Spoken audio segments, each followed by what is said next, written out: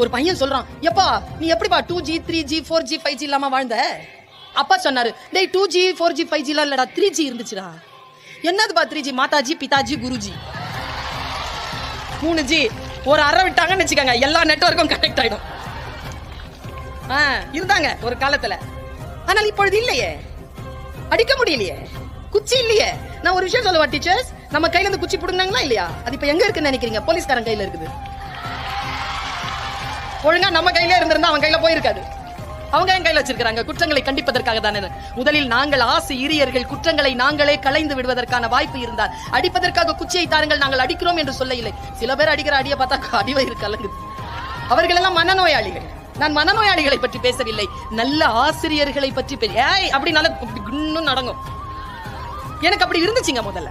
இப்ப என்ன சொல்றாங்க, டீச்சர் சொல்றது கேட்டுக்கோ. நான் உனக்கு சொல்லட்டுமா, இன்னும் 20 வருஷத்துக்கு அப்புறமா அவங்க சொல்ற இடத்துல இருக்க மாட்டாங்க, நீயும் கேட்கிற இடத்துல இருக்க மாட்டேன். இப்பதான் அவங்க சொல்ற இடத்துல இருக்கிறாங்க, கேட்கிற